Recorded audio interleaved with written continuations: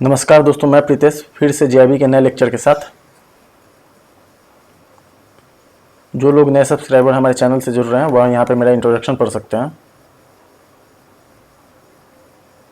आशा कर रहा हूँ कि आप लोगों की तैयारी अच्छी चल रही होगी और जो भी लेक्चर में बताया जा रहा है उसे आप अपने नोटबुक पर उतार रहे हैं और रिवीजन कर रहे हैं।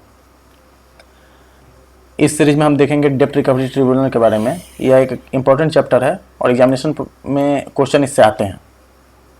डेप्ट रिकवरी ट्रिब्यूनल में हम जो भी पढ़ेंगे वह एग्जामिनेशन पॉइंट ऑफ व्यू से हम पढ़ेंगे। जो भी एग्जामिनेशन के लिए इम्पोर्टेंट पॉइंट होंगे उसे हम देखेंगे। डीआरटी और important point of for JIB ये हम देखेंगे। डेप्ट recovery tribunal DRTs were set up after passing of Recovery of Debts Due to Banks and Financial Institution Act RDDBFI 1993। DRT जो है रिकवरी ऑफ डेब्ट due to bank and financial institution act 1993 के पारित होने के बाद DRT को setup किया गया था। यह जो एक्ट है इसको हम DRT एक्ट भी कहते हैं कॉमन बोलचाल की भाषा में। DRTs were constituted as per DRT act. DRT act के अनुसार ही जो है DRT का को स्थापित किया गया। DRT is a special type of civil court to entertain loan recovery. DRT जो है एक special type of civil court है जो लोन रिकवरी को देखता है, लोन रिकवरी से रिलेटेड है। पर्पस इसका स्पीडी डेप्ट रिकवरी था बैंक का और किसी भी फाइनेंशियल इंस्टीट्यूशन का। यह जो है दो एक्ट के प्रोविजन को इन्फोर्स करता है। एक RDDBFI रिकवरी ऑफ डेप्ट due to bank and financial institution act 1993 और एक सरफेसी एक्ट 2002। सरफेसी एक्ट के इन्फोर्समेंट के बारे में हम पहले ही देख लिए हैं कि कैसे अगर बॉर्डर जो संतुष्ट नहीं होता है तो DRT में कैसे अपील करता है, तो हम लोगों ने पिछले लेक्चर में देख लिया है। अभी हम देखेंगे RDDBFI एक्ट 1993 में इस कैसे इन्फोर्स करता है। यह अप्लीकेबल टू केसेस वेयर डेप्ट due to bank and financial institution 20 lakh and more. यह वैसे केस में अप्लीकेबल होता है जहाँ पे डेप्ट ड्यू जो है वह 20 लाख रुपये या उससे अधिक है। DRT act applicable to whole India except JNK। DRT act जो है ये पूरे इंडिया में अप्लीकेबल है सिर्फ JNK को छोड़ के। तो इसलिए यह गलतफहमी आप नहीं पालिएगा कि JNK का रीऑर्गेनाइजेशन हो गया है तो यहाँ पर भी अप्लीकेबल है। नहीं अप्लीकेबल है, अभी तक ऐसा कुछ मिला नहीं है कहीं भी। मैंने बहुत खोजने का प्रयास किया। टाइप्स ऑफ DRT, एक तो DRT होता है डेप्ट रिकवरी ट्राइब्यूनल होता है, एक डेप्ट रिकवरी अपीलेट ट्राइब्यूनल होता है। DRT it is headed by presiding officer. DRT का जो हेड होता है, डेप्ट रिकवरी ट्राइब्यूनल का जो हेड होता है वो प्रिजाइडिंग ऑफिसर होता है। Appointment done by central government, central government के द्वारा अपॉइंट किया जाता है। He is qualified to be appointed as a district जज। यह डिस्ट्रिक्ट जज बनने के लायक होते हैं, यानी वैसे जज का अपॉइंट किया जाता है जो डिस्ट्रिक्ट जज बनने के लिए लायक होते हैं। इनका टर्म जो होता है 5 साल या 65 ईयर, जो भी पहले हो इनका टर्म होता है।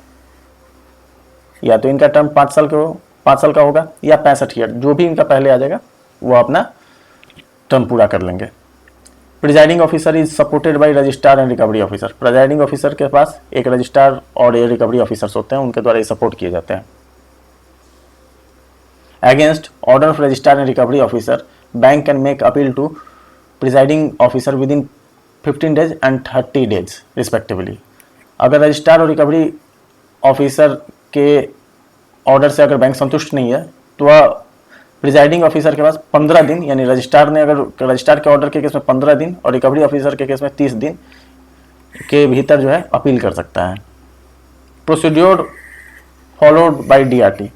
अब जैसे DRT में बैंक केस डालती है तो क्या क्या प्रोसीड्योर फॉलो करती है, तो बैंक सबसे पहले एक अपना ओरिजिनल एप्लीकेशन तैयार करती है। ओरिजिनल एप्लीकेशन में लोन के डॉक्यूमेंट होते हैं, एक उसके साथ एनेक्जर होता है जिसमें एप्लीकेशन होता है और एक रिलीफ ग्रांट का उसमें एक लेटर होता है। तो यह तीनों को मिला के ओरिजिनल एप्लीकेशन तैयार करती है बैंक, और बैंक जो है यह DRT में जमा कर देती है। तो DRT बैंक के बाद, बैंक से ओरिजिनल एप्लीकेशन मिलने के बाद DRT जो है 30 दिन के भीतर बॉर्डर को नोटिस भेजती है। ओरिजिनल एप्लीकेशन मिलने के 30 दिन के भीतर बॉर्डर को DRT नोटिस भेजती है। Borrower to give reply within 1 month. जब नोटिस बॉर्डर को भेजती है उससे 30 दिन के अंदर जो है बॉर्डर को रिप्लाई देना होता है। अगर उसके बाद रिप्लाई देने के बाद DRT को 2 सुनवाई में केस को समाप्त करना होता है। Appeal against DRT decision. Appeal can be made against DRT procedure with in a period of 45 days. अगर डीआरटी के डिसीजन से बैंक संतुष्ट नहीं है या बोरोवर संतुष्ट नहीं है तो 45 दिन के अंदर जो है अपील डीआरएटी में दायर कर सकता है बोरोवर। लेकिन बोरोवर कब अपील दायर करेगा? जो अमाउंट है उसका 50% या तो जमा करेगा तो अपील दायर करेगा, या डीआरटी के पास विशेषाधिकार है इसको कम करे वो 25% तक कर सकता है। डीआरएटी डेब्ट recovery appellate tribunal, it is headed by chairperson, यह चेयरपर्सन के द्वारा हेड किया जाता है, यानी इसका जो हेड होता है वो चेयरपर्सन होता है। एलिजिबल टू बी ए जज ऑफ हाई कोर्ट, यह हाई कोर्ट के जज बनने के लिए एलिजिबल होता है। वैसे आदमी को हम चेयरपर्सन नियुक्त करते हैं डीआरएटी का। Had been presiding officer of a tribunal for at least 3 years, या किसी भी डेब्ट रिकवरी ट्राइब्यूनल डीआरटी का प्रिजाइडिंग ऑफिसर 3 साल तक रहना चाहिए। टर्म जो होगा इसका 4 साल या 70 साल, जो भी पहले आ जाए इसका टर्म होगा वहां तक। अब कहीं कभी आपको 5 साल भी मिल जाएगा या 67 या 65 मिल जाएगा। तो मैंने काफ़ी रिसर्च किया और रिसर्च करने के बाद जो है यह मुझे मिला है, मैं यहाँ पे रखा हूँ, देखिए।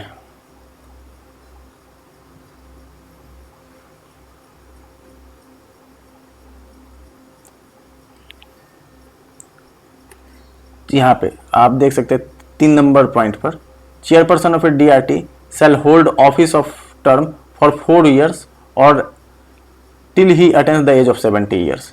तो यहाँ से मैंने लिया है, यह गवर्नमेंट का नोटिफिकेशन है जो 8 जून 2020 को लेटेस्ट नोटिफिकेशन है।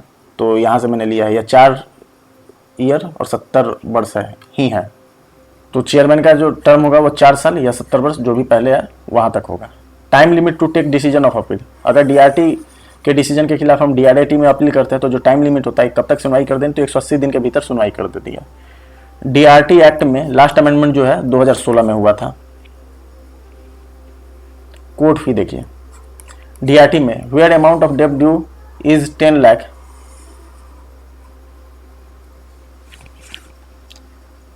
इज अप टू 10 लाख होना चाहिए, तो यहाँ पे 12,000 होगा। वेयर अमाउंट ऑफ डेब्ट ड्यू इज अबव 10 लाख तो 12,000 plus 1,000 for every 1 lakh subject to maximum of 1.5 lakh होगा, यही फी होगा। यहाँ पे वेयर इज अमाउंट ऑफ डेब्ट ड्यू इज लेस देन या इक्वल टू 10 लाख होना चाहिए, तो ये आप सुधार लीजिएगा। तो 12,000 उस केस में डीआरटी का जो फी होगा 12,000 होगा। अगर 10 लाख से ऊपर है तो 12,000 प्लस प्रत्येक 1 लाख के लिए 1,000 रुपये, मैक्सिमम टू 1,50,000 यह फी होगा। डीआरटी का जो फी होगा अगर लेस देन 10 लाख है तो 12,000 होगा। अगर 10 लाख और more but less than 30 lakh है तो डीआरटी का फी 20,000 होगा। अगर 30 लाख से ज़्यादा है, 30 लाख या 30 लाख से ज़्यादा है तो डीआरटी का फी 30 लाख होगा। रिसेंट डेवलपमेंट देखिए इसमें क्या किया गया है, डीआरटी में रिसेंट डेवलपमेंट है।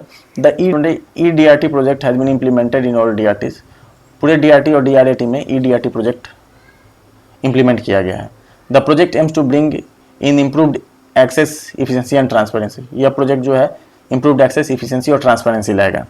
ई DRT e filing, e payment, fee का पेमेंट, कॉज लिस्ट जनरेशन, यह सारी सुविधाएं जो है प्रदान करेगा। यही है रिसेंट डेवलपमेंट, इसको ध्यान में रखिएगा।